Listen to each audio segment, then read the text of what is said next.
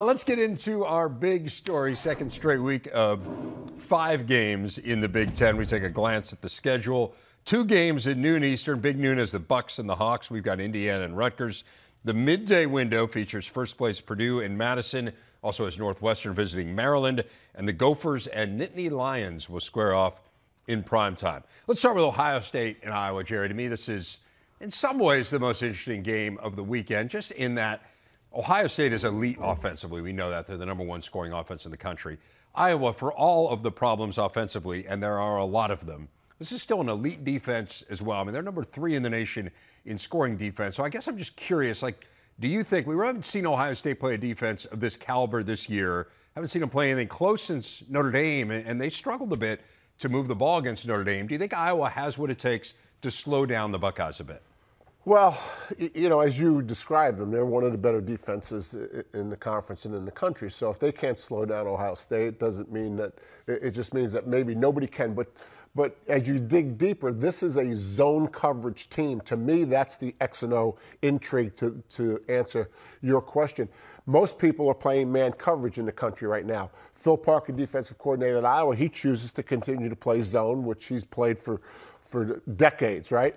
And so if you're playing against Ohio State and you're playing man coverage, if you look at the athletes on the Ohio State team and you look at your athletes that are playing defense, no one really has held up. In fact, very few teams used to play man coverage. When I first got into coaching, only the pros played man coverage and only the best college teams. Everyone else, we all played zone. But Iowa continues to play zone. So what's this high-powered Ohio State offense going to look like against zone coverage? The theory is that if they score, it won't be fast. When we get to the red zone, it might be 3 points. So that's what gives a team like Iowa hope that they could stop this explosive Ohio State team. So it's an interesting X and O challenge. I don't want to get us too far into the weeds, but I guess I'm just curious why you think there has been this trend towards playing more man in college football, particularly since we do see a lot of talent disparities, right? I mean, it feels like zone is a great way to neutralize talent disparities, and Iowa's had a ton of talent. I mean, they've had elite defensive backs. Seems like every year they're winning Big Ten Defensive Back of the Year, and yet they still remain in this defense. So what's kind of the philosophy, and why do you think there's been a philosophical shift? Because when the spread started taking over, you needed the extra man in the box to stop the run. In a spread attack, the quarterback is the runner, so you gain a blocker, right? If a quarterback takes the ball and hands it to the tailback and the tailback runs up the middle and the quarterback fakes a pass, that quarterback's no longer part of the play after the snap. He gives the ball to somebody or he throws it to somebody, he's done. In the spread attack, he gets the ball. He could run, right. He could pass. So the defenses started to get outnumbered in zone, right? Because you had the 4 secondary guys. You needed to bring a secondary guy into the box to stop the spread. And so that's why teams that didn't have the best talent in the back end started playing man. They had to because they were getting out-schemed. Interesting. The other thing, big picture-wise, I find it interesting that Iowa, a team that everybody's kind of trashing this year, they were in the Big Ten championship a year ago. Ohio State was not in the Big Ten championship a year ago. Right. So there's still a formula in the West as recently as less than a year ago. It'll be a year when we play the championship game this year. Less than a year ago, this formula that Iowa runs, I formation, conservative offense, although they're not in the I that much, and zone coverage, put them in the championship game last week. And as explosive as Ohio State was, they got beat by Michigan, who's less explosive, and they didn't go to the championship game. Right. Yeah. Look, that's been the formula in the West, right? I mean, Northwestern with Hankwitz, that was a zone team. Right. Right? So, absolutely. And they won it a couple times. It's interesting. So do you think, this is just a matter of Iowa's offense is so bad that it can't overcome it's so bad that it can't raise them to that level? I'm not really articulating it well. They're not playing. Do you feel like there's been some sort of seismic shift here in the last year, or are you just saying they've just gotten to the point where they're so bad on offense that even the best defense can't get them there, can't get them to compete? They're not playing good enough defense to complement good enough offense to complement their defense. They've never been great on offense, but that's worked. I mean, again, they won the championship game a year ago. Yeah. But this year, their offense isn't playing complementary to their defense. I mean, early in the year, I know you know all the numbers. The defense was scoring more touchdowns than that's not typical of an Iowa offense. I mean, Jerry, they have scored 7 offensive touchdowns this year. Right. Ohio State scored 41. I understand. But again, they were in a championship game a year ago, and Ohio State wasn't. No, I get it. No, now that's going to end because when divisions go, it's going to be the 2 best teams in the championship game. However, they try to figure that out. Well, that's interesting. So do you change your philosophy if you're Iowa? I mean, I know the fans are saying, yes, please change the offensive philosophy. But, I mean, the defensive philosophy has clearly worked for them, even in this age where you say people are out scheming or you need that extra man to defend against his own read. It's still working for them. I mean, they're still one of the elite defenses in America.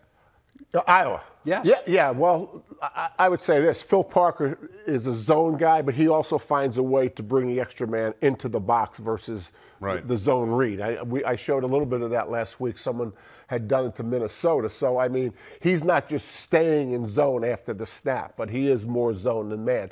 But he has a way in zone coverage to defeat the spread attack on the grease board. Right. Man, he's just really good. Yeah.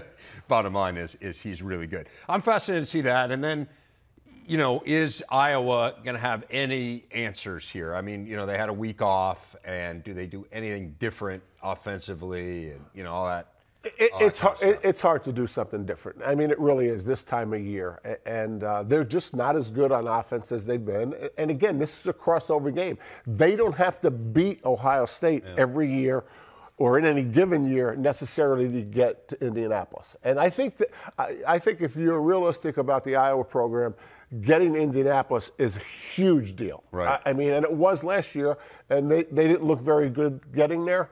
I mean, they didn't look very good when they got there, but they look pretty darn good getting there. Yes, they did. And it's worked certainly before, very early in the year. And they've been there before.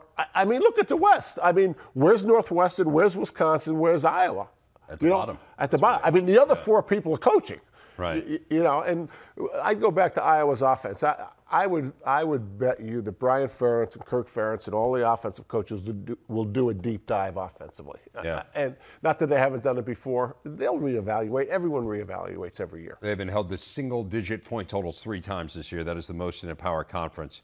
What about Minnesota and Penn State? What do you think's happened to the Gophers here the last couple of weeks? I mean, we're not that far removed, Jerry, from sitting up here and all of us uniformly proclaiming Minnesota to be the best team in the West. And I would say that there was some confirmation bias there because we thought they were really good when we saw them in camp too. So it's not like we simply looked at those matchups early in the year against what have turned out to be outmanned opponents and said, well, they're really good, and we didn't know who we were watching them play against. We knew we were watching them play bad teams, but we also had seen them in practice and thought they were really good. Why hasn't it translated here these last couple games? The difference between now and earlier was 1st and 10.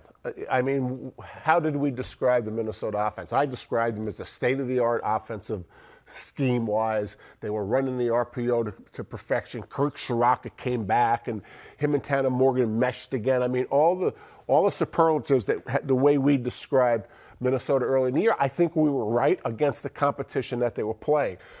But they have to gain 4 yards or more on 1st and 10 more than 50% of the time, really, to be rocking and rolling. And when someone defends their run, when someone adds the extra guy to the box so they get outnumbered, the answer is, and it still is, to throw the ball to the wide receiver, right? RPO. The RPO. Right. Yeah. And they are doing that, except the defenses that they're playing. I watched Illinois. Illinois is covering. I mean, covering to a point where when they run that slant route, the announcers are saying, was that pass interference? That's how tight, and it wasn't on this one particular play. That's how tight the Illinois secondary played them. So if the answer when they add the extra guy to the box is to throw it to the receiver has to be open. They were open earlier in the year. Right. When the answer is to gain 4 yards, they were playing front sevens that weren't as good as they are now. So you take a team that was leading the conference in time of possession. You take a team that defense was on the field fewer snaps than any other defense. Stats that we were citing, you and I both, like 3 weeks ago. Yeah. It's no longer true. And The crux of the problem is 1st and 10. If they can't win 1st and 10, meaning more than 50% of the time, it's 2nd or 6 and less, they are struggling. You know, another team, Ohio State may not have to win 1st and 10 because they want to be in 2nd and 10 so they can be explosive. The wide receivers say, I hope they don't get any yards. No, it's different. So Penn State lost 1st and 10 on defense a lot last week against Michigan. I mean, absolutely got run over. Can Minnesota win 1st and 10 against Penn State? Like, what do you read into what happened to Penn State a week ago? I mean, I don't think I've ever seen a team, who knows, maybe I'm sure it's happened at some point, but where you go 5 games into the season and then the 6th game you give up more rushing yards than you'd given up in the 5 previous games combined. Like, that is hard to do. They got absolutely obliterated at the line of scrimmage in that game. Was that Michigan is that good? Was it the Penn State's that bad? Was it just a confluence of events that day? Like, is Penn State going to be able to hold up against Minnesota? Okay, we talked about this last week as it related to some other teams, but week offs are always really difficult to manage. And I thought the Penn State-Michigan game was going to be close, but anytime a team comes off an off week, I mean, you don't know who's going to show up. So I think that's part of it. My answer is yes. I think Penn State can keep Minnesota behind and down distance, to answer your question first. And I think that what we watched last week against Michigan, Michigan just dominated the line of scrimmage. I mean, it wasn't even close, as you mentioned. Yes. And the week off, I think, hurt them. I think they're a proud program. They're a proud team. They'll bounce back against Minnesota. When you look at the front 7 that played against Auburn, played against Purdue, and you look at the front 7 that played against Michigan, it looks like maybe 2 different teams. I'm thinking the better Penn State front 7 is going to be the one that plays against Minnesota. If I'm right, then Minnesota, yes, they will have a tough time staying on schedule on 1st and 10. It has to be better, right? I mean, because you got Ohio State coming up next week. I mean, this thing can really... It can start to steamroll a little bit on Penn State if they don't figure it out this week. And there's pressure on them we saw this at the beginning of last year. You start 5-0, you lose the 6th game. They've lost the first game after their first loss for the last 5 years. You need to stop the bleeding, and they haven't been great at doing that. I mean, when you talk about Penn State football, if you ask most people, especially internally, are you a national championship type program? The answer is yes. I mean, they aspire to win the national championship. And losing the game the way they did against Michigan doesn't look like they are close to winning the national championship. Now, I think they're better than that, and I think Michigan's really, really good. But I think it's an expectation that Penn State doesn't look like that again this year or anytime soon. Big game for both these teams, right? There's a lot of pressure on both of these teams to, in Minnesota's case, erase the last 2 games, in Penn State's game, to erase the last game. Purdue and Wisconsin Saturday in Madison, a series the Badgers have absolutely owned to the tune of 15 straight wins against Purdue. But it's the Boilers who come in trending up. 4 straight wins for the first time in 4 years on the legs of Devin Mockabee and the arm of Aidan O'Connell.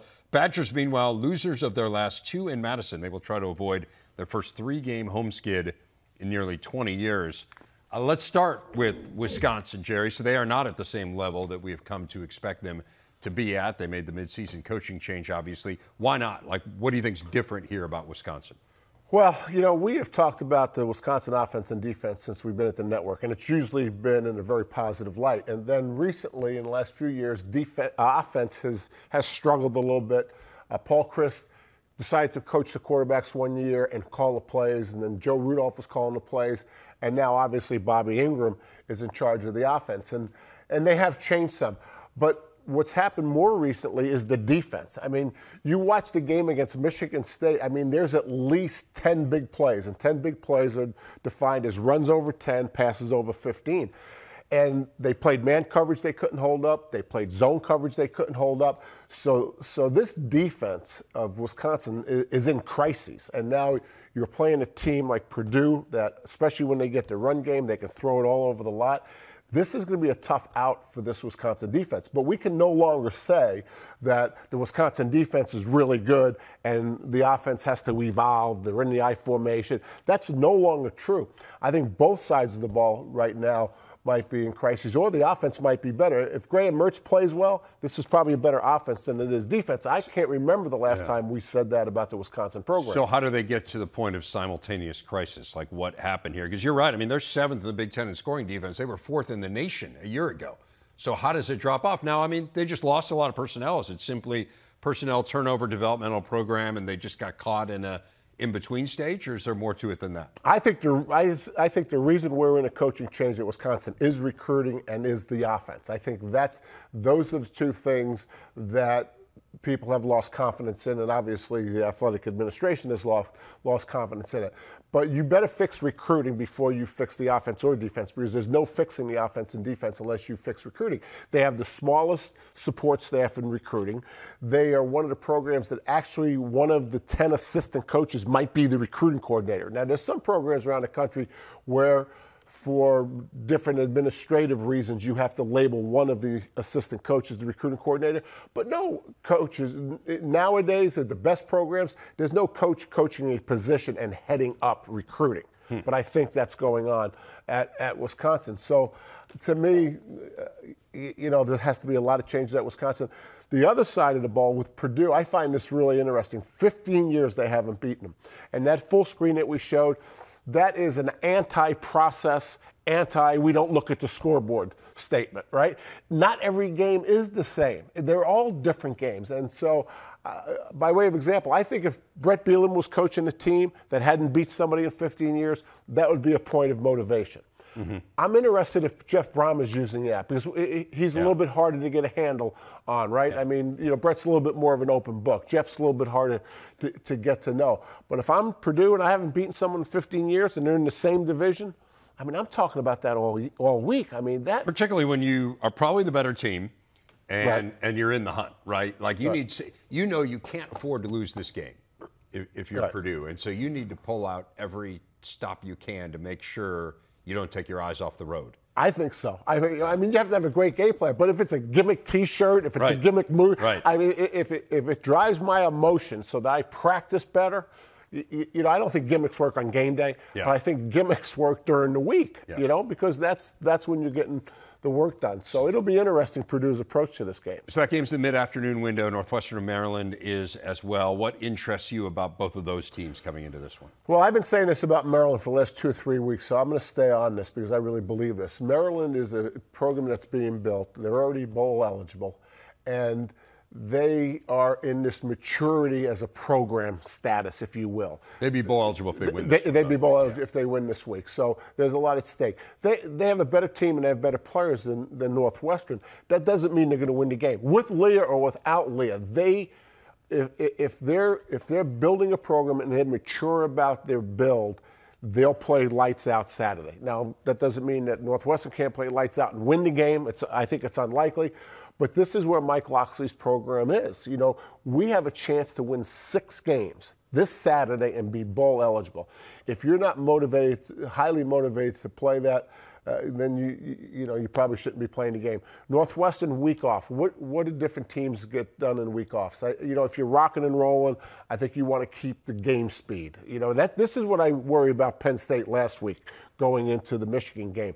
They were rocking and rolling, so all they really had to do was go game speed during the off week and try to get ready for the Michigan game. But things aren't. Northwestern's obviously not rocking and rolling. So what are the problems, and am I addressing the problems?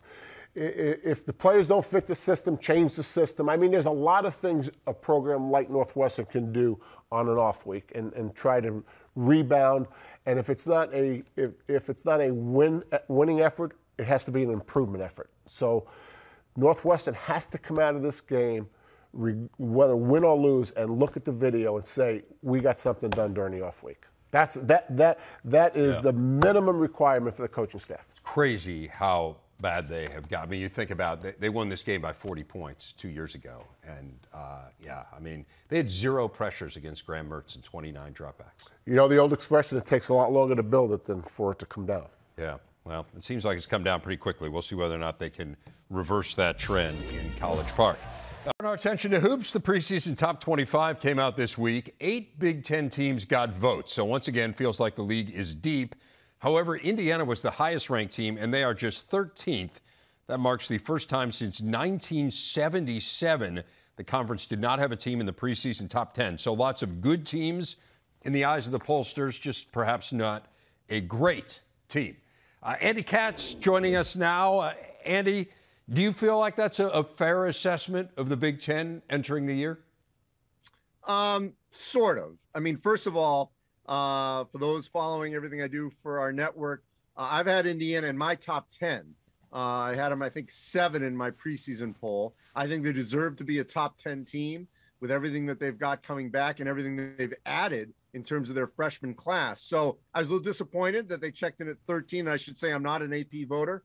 And so I thought that they should be in the top 10, but I do think they should be the top rated team out of the Big Ten. And I just came back from the Big East and Big 12 media days, and I can tell you that Xavier, which is going to host Indiana, Kansas, which is going to host Indiana in the non-conference, they're viewing Indiana as a big time, not just brand, but team that's going to come in.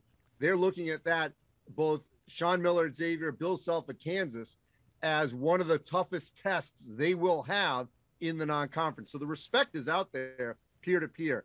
After that, I thought Illinois should be higher in the teens. And then if we're going to have a third Big Ten team in the top 25, I actually thought it should be Michigan State, not Michigan. I would have had Michigan 4th in that list, maybe in the top 25, but probably maybe just outside. It was interesting in the receiving votes. It was Purdue that was ahead of Michigan State in those votes. So Michigan State was technically the 5th choice among the top 25 voters. I want to dive into some of those teams specifically in a minute, but I don't want to leave this kind of big picture of the league behind without asking you this. Look, there's been some criticism, some very public criticism of the Big Ten in the last week about the NCAA tournament performance the last couple of years, and it hasn't been great. I mean, I just don't think there's any way around it. But previous to that, it really wasn't an issue at all. I mean, the only issue was not winning the championship game. But I mean, you had 7 Big Ten teams that had played for the national championship since Michigan State last won it at the very beginning of this century. You had them even with the ACC for the most Final Four teams in that stretch up until a couple of years ago when the ACC passed them. So do you feel like this big picture criticism of the Big Ten is justified, or is it just kind of this isolated last couple of years? It just hasn't fallen their way? Well, first of all, that criticism came from Syracuse head coach Jim Boeheim at ACC Media Day, if I'm not mistaken. And, you know, the criticism is valid, and 2 things can be true. Yes, the Big Ten has not performed as well in the NCAA tournament the last couple of years, getting 9 bids. And when I say that, I mean not getting a team in the Final Four. Michigan was close 2 years ago in the Elite 8. They had 2 in the Sweet 16 last year. I'm not going to sugarcoat. Purdue shouldn't have lost to St. Peter's. End of story, full stop. You know, that was very disappointing. And Matt Painter has said as such. They're not going to, you know, cover that up. It happened. It was disappointing. But you cannot dispute that the Big Ten the last 2 seasons has had a tremendous regular season, conference and non-conference. And if they didn't, they wouldn't have put 9 teams in the tournament. You have to have good non-conference, good conference to produce 9 in the tournament.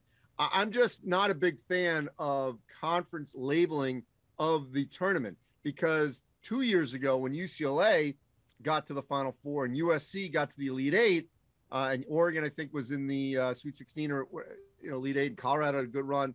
You know, we're not going to suddenly say the Pac-12 had a great year. They had a great couple of weeks. You know, they sort of saved themselves. I mean, Oregon State, which had a great run in that tournament, was picked 12th, only got in because they won the Pac-12 tournament. Oregon State did not have a great year. They had a great 2 weeks.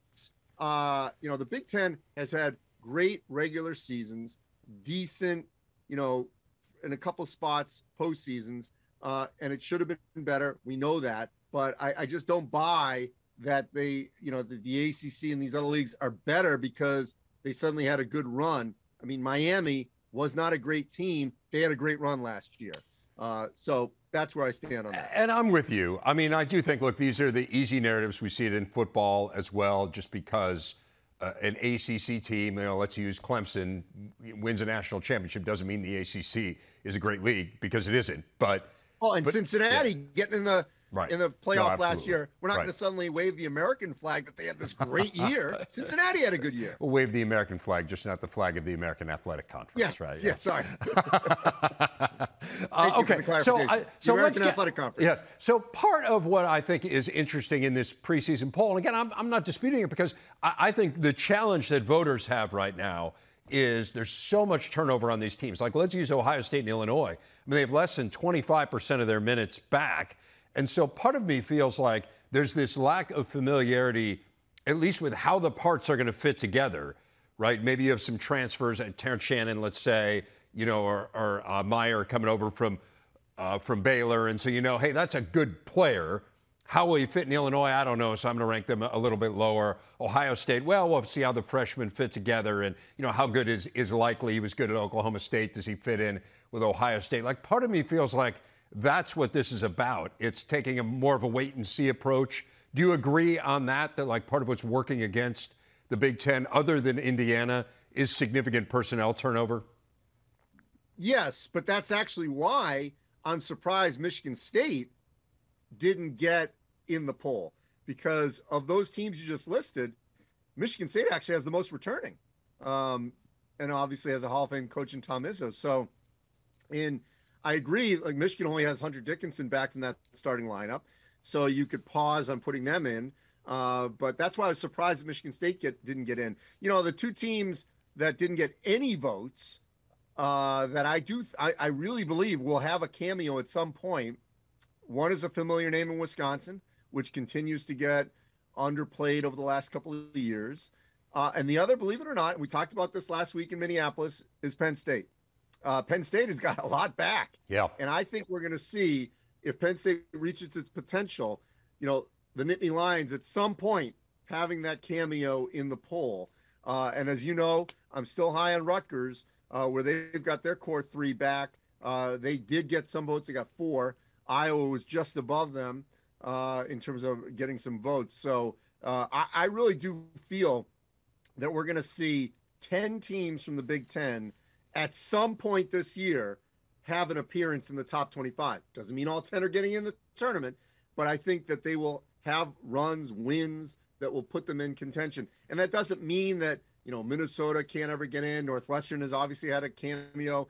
I think 2 years ago, maybe it was last year, I'm drawing a blank here, or you know, Maryland or Nebraska. But I do feel good about those first 10 at some point being in the poll. Yeah, I thought it was interesting where you have the preseason all-conference team as voted on by the media, and the only school that got 2 players in was Wisconsin, right? The respect that I think the Big Ten media has for what Wisconsin does, and Chucky Hepburn and Tyler Wall were those 2 players. Do give people a sense, like, let's use Illinois as an example, with no returning starters back, a team that was built first around Ayo Dosunmu and Kofi Cockburn, and then last year more around Kofi Cockburn. Obviously, Ayo had moved on and playing for the Chicago Bulls. Now they have no starters back, but there's this feeling like, hey, RJ Melendez can maybe take a really big jump. I mentioned some of the big names they got in the portal. Like, what are the question marks with Illinois specifically, where you see them picked in some polls 2nd or 3rd in the Big Ten, and yet you literally have no starters back? Well, and let's also not forget Trent Frazier. I mean, he was invaluable to this Illini program over the last 4 years. So that's a major loss to me in terms of experience, a player that Brad Underwood can rely on. And yes, we are projecting that someone like Coleman Hawkins is going to have a breakthrough season. And if that happens, that's certainly going to help the Illini.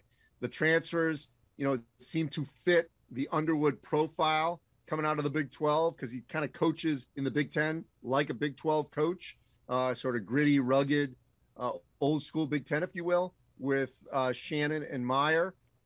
So I think this is a lot of respect for the Illini, that they will get it going. They've got a great home court, so you expect that they're going to win their fair share, if not all, their home games. And they're going to play differently. So, you know, in the preseason, as you know, and this happens in the 2 major sports, a lot of it is built on brand and coaching and expectation of what you think that coach will get out of this group. And that's why the expectation is that Illinois this year certainly will be a top 25 like team. Now, there's a ton to talk about. We get into specific teams, and obviously we'll have several months to do it. I am interested, before we let you go, I want to ask you, there's been a lot of talk here in the last week or so about expanding the NCAA tournament. We heard ACC Commissioner Jim Phillips talk about it. Scott Drew of Baylor went on record as saying he wanted 128 teams in the NCAA tournament, which seems insane, but it's really just one more game for everybody. So give me a sense, first of all, of why there is this movement. Why is there this undercurrent of we need more than 68? Well, first of all, SEC Commissioner Greg Sankey has really been championing this, and a lot of it stemmed from two SEC teams in two sports. One was Ole Miss in baseball, which was the last team to get into the the NCAA tournament in baseball last spring, and then won it. And then Texas A&M last year in men's basketball did not get in. And you could have gone either way on the Aggies. First of all, they weren't the last team to not get in, by the way, because the NCAA committee releases that. They lost 8 straight games in the middle of the SEC. They lost 13 games overall. So there were plenty of reasons not to put the Aggies in. There were a couple, obviously, to put them in from some of their wins late in the season. So he's championing his teams. That's what conference commissioners do. But, big but here. Number one, if this were to happen, to what extent, as you mentioned, is it just 4 more? Is it getting to 72? Is it creating 8 teams instead of 4 in Dayton in terms of at larges? And I do believe if there is any kind of expansion, it's going to come from the power leagues. These commissioners are not going to push this if they're not still going to get their share. The 10th, 11th team from the Big Ten, same from the SEC, etc. This is not going to have more teams out of the Big South. That's not going to happen. The thing that could happen, though, if this were to occur, is Turner and CBS are not obligated to open up the television contract, and that ends in 2032. So what that means is if you add more teams, you are going to get less money. And so those schools have to accept that the share that they get by being in the NCAA tournament, by winning a game, will shrink a little bit because there's no obligation from the television partner to change the contract. And there's no way they're going to rip up this contract because they need it before it ends in 2032. They've got a lot of things to work out. It would have to be approved by not just the selection committee, but the board of governors. And I do think that, the automatic qualifiers, the one bid leagues, would really want to make sure, wait a minute, you're not touching us, are you? And it's unclear if they would. I don't think they would, but that still all needs to be shaken out. The other quick thing, David, is that the thing that spawned out of this also was this thinking that you needed to get 25% of your sport membership in Division I into a championship. That might work in hockey and some of those other sports that don't have a ton of teams. It doesn't work when there are 363 Division I men's basketball teams. Yeah. I just think it's too many. But we'll wait and see. It could be something that does occur over the next year or two. Right. I was going to ask you, so is there a time frame? You mentioned there is no time frame. And as you know, this is just people throwing it around, basically. Yes. Like, hey, we should look into this. Things move at a Titanic-like pace. Yes, the glacial pace of college athletics. Andy, great stuff. As always, cannot tell you how much I'm looking forward to this season, having you here in studio with us. But thanks for giving us some time today. Jerry, we have yet to talk about that Indiana-Rutgers game. Rutgers has not won a conference home game since 2017. They have lost 21 in a row. It is tied for the longest streak in the history of college football. The crazy thing is they've been okay on the road in conference games. It's just for whatever reason hasn't worked out in a home game. Is this the week they break through? Or maybe the better question would be, what would it take for them to break through against Indiana? I'm not going to put you on the spot with a prediction. The other thing about Rutgers is that their crowds have been good. So there's like it defies explanation. Yeah, I mean, it's a really good crowd. I expect it to be the same. I would think that this absolutely could be the week. There's so many coaching decisions in this one. First of all, Greg Schiano has changed offensive coordinators. He let Sean Gleason go. Greg, I believe, will really pressure the Indiana offense. I mean, that's Greg's style. defensively. And then you have an offensive staff with Indiana. Tom made a change with the offensive line coach, and he's got Rod Carey, who was the head coach of Northern Illinois and then head coach at Temple. And I watched the last game in tape, the first game that Rod Carey coached, and I think he has had some influence with Walt Bell, the offensive coordinator, on what they're doing offensively. Walt is a guy that spreads the wide receivers way away from the box. It looks really strange just to look at a sideline view of it. So it's an unusual scheme, but it's hard to run the ball from it. It's a little easier to throw the ball. I think Rod Carey maybe has brought more run game to it. So you have these two coaching staffs that have had internal changes, both desperately needing a win. And so it's going to be a really interesting matchup. The defense of Rutgers probably can control the game more than the other three units. Yeah, Rutgers, for all of their struggles offensively, and they are many, Rutgers has a top 10 total defense in the country. So if they could just get to a point where they were okay on offense, this would be a team that could win some games, right? It could make a little bit of a run here down the stretch. And I was surprised at the Gleason decision because they were doing so many creative things on offense. I mean, at one point, you didn't know where Johnny Football was, right? He liked the quarterback tight and so on and so forth. But if they could settle down offensively, as you've described it, obviously that would give them the best chance. Yeah, pretty interesting stuff. I'm excited about that game, excited about the whole weekend. So you are used to hearing Joel Klatt every Saturday in the booth during Fox's Big Noon Kickoff. But if you want to hear more from Joel and his unfiltered thoughts on all the biggest stories in college football, make sure you subscribe to the Joel Klatt Show wherever you get your podcasts. New episodes drop 3 times a week. Listen now. And we are pleased to have Joel Klatt for you to listen to now. We say it's our weekly visit, but it's actually been a couple weeks since we've gotten together here, Joel. So good to talk to you. In the time that we have missed, you've seen Michigan a couple more times. So how surprised were you by the way things unfolded between Michigan and Penn State last week, really from both sides? Yeah, so I did not expect Michigan to just run the ball that well against Penn State. This is a Penn State team that came in. They had not given up a total of 400 yards on the season on the ground. They were the 5th-ranked rushing team defensively in the country, and Michigan just wore them out. I mean, that was pretty special. That's very rare to be able to do, and Penn State did not have an answer.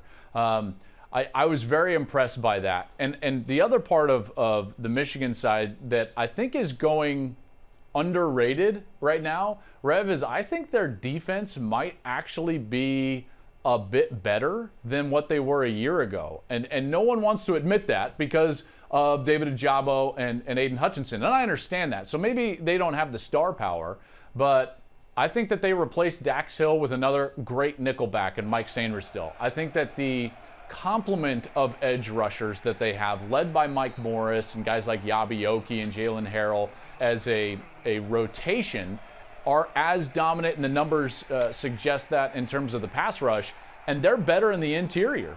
They're heavier. Mozzie Smith is really good. Jenkins is good. Mason is good. I mean, these guys are good, and so I think we've got to start wrapping our minds around the fact that last year was not a one-hit wonder for Michigan, and that this year's version might actually be better.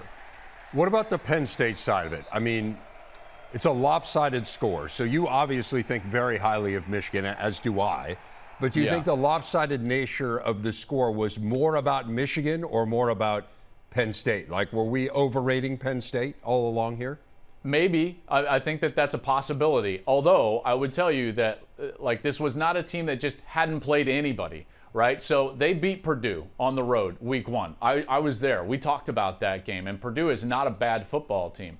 They went down and they beat Auburn, and they beat Auburn by about the exact same margin that Georgia beat Auburn, and that game was in Athens at Georgia. So it's not like they were totally untested. I just think that the style of game got completely ripped from them early. The first 3 offensive possessions that Michigan had all went for over 11 possessions. And when you looked up at halftime, while the scoreboard was somewhat close, the statistics and the overall feel of the game wasn't close at all. So it ends up being, 41-17, I think the final score is. And it felt a lot more like a 55-10 game or worse during the course of that game. Right. No, completely agree. I mean, the score was a blowout, and it was deceptive because it wasn't that close. I mean, Penn State had one first down in the first half.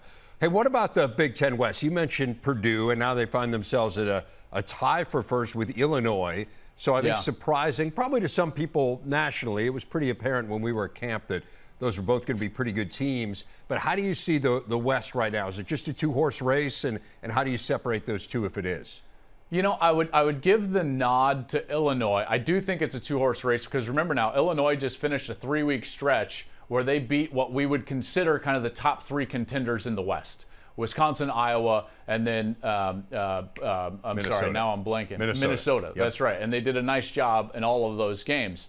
The other thing that I really like about Illinois is that, Rev, this is the old school in me, but it's like run game and defense. That's what they're about. And those don't typically have a bad day.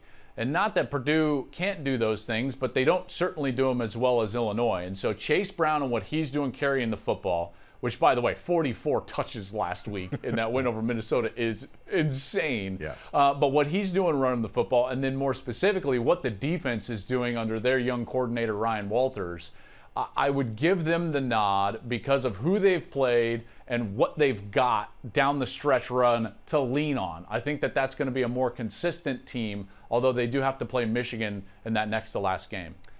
You've got Ohio State this week, big noon, taking on Iowa. This is the nation's best scoring offense against the number 3 scoring defense. Yeah. How much do you believe Iowa can slow them down? Well, that's a great question. I can't wait to see this offense finally get tested. Let's face it, they have not been tested outside of really that first game of the year against Notre Dame, which feels like years ago at this point. I can't wait to see how they deal with it. I can't wait to see how C.J. Stroud deals with having to get to his second and third and fourth man in the progression. What Iowa does so well in their defensive secondary is that they take away your first option and they force you to move and work throughout your progression. After doing that, generally they can get somewhat of a pass rush and make you uncomfortable physically in the pocket. They limit explosive plays, and this is going to be Ohio State's certainly their biggest challenge to date. I actually am more interested on the other side. I know that might sound weird, but you're thinking to yourself, like, why would you be interested in the Iowa offense against the Ohio State defense? A lot of Iowa fans who aren't interested in the Iowa offense. Iowa fans, you're exactly right. Well, they're interested, but they're not interested in watching it. Yes. That's exactly right. They're not. Yes, they're interested for far different reasons than maybe I am. The fact remains, though, this offense has struggled mightily. And to me, the question is actually about Ohio State's defense. And if they are as good as what their statistics show, top 10 in total scoring, pass, rush, yards per play, if they are that good, then they need to go out there and thoroughly dominate this Iowa team. So there's a test there, and in particular when it comes to the sentiment and the perception nationwide. If they go out there and allow 17 points to Iowa, people will say, see, you didn't play anybody, you're not as good as you think you are, and I think that will affect them not in the polls and with the subjective nature of our sport. You bring up the polls and the subjective nature of the sport, so let me leave you with this. It was a wild weekend in college football, not the least of which obviously was Alabama losing to Tennessee, but we had crazy games, field stormings, all kinds of fun stuff. What's your top 5 right now? How do you think it plays out? Yeah, so I've got Ohio State at number 1, and it's because of the balance and in particular the defensive statistics that I was just talking about. We've seen Ohio State try to ride a best offense in the country to a championship, and it doesn't work. You've got to have a requisite defense. If you go back to the start of the BCS, really nobody has won a national championship without a top 25 defense, except for a couple of teams. Auburn with Cam Newton comes to mind. I believe the Joe Burrow LSU team, they weren't playing great defense there at the end, but they had really historically great quarterbacks. I think it's difficult to win without some semblance of balance. So that's why Ohio State is number 1 and Tennessee is number 2. Because, Rev, Tennessee is out of the same blueprint of the Oklahoma Lincoln Riley teams and maybe even the last couple of years of Ohio State, which is great offense, maybe even a bit one-dimensional on offense because they certainly don't run it as well as some other teams. And then a defense that I'll be frank with you, is nowhere to be found. They're 104th in total defense, 129th in passing defense. To me, you don't put championships in the trophy case with that style of defense. So that's why I've got them number 2, even with the best win in the country. Then I've got Georgia at number 3. I've got, let's see, Michigan at number 4. And then I've got Clemson at 5 before I get to the one loss Alabama at 6. Interesting. Well, enjoy Columbus this week. You have a week where you don't watch Michigan. I know you probably know that you probably have the depth chart memorized like down to the fourth string. I'm right? telling you, we were joking before. I was like that after the game on Saturday. They were like, okay, now get out of here. Like, we're tired of seeing you. Joel's like, I haven't seen the fourth string long snapper yet. I really want to. That's right. All right. Enjoy it this week. We'll look forward to the call, and we'll talk to you next week. All right. Thanks, bud.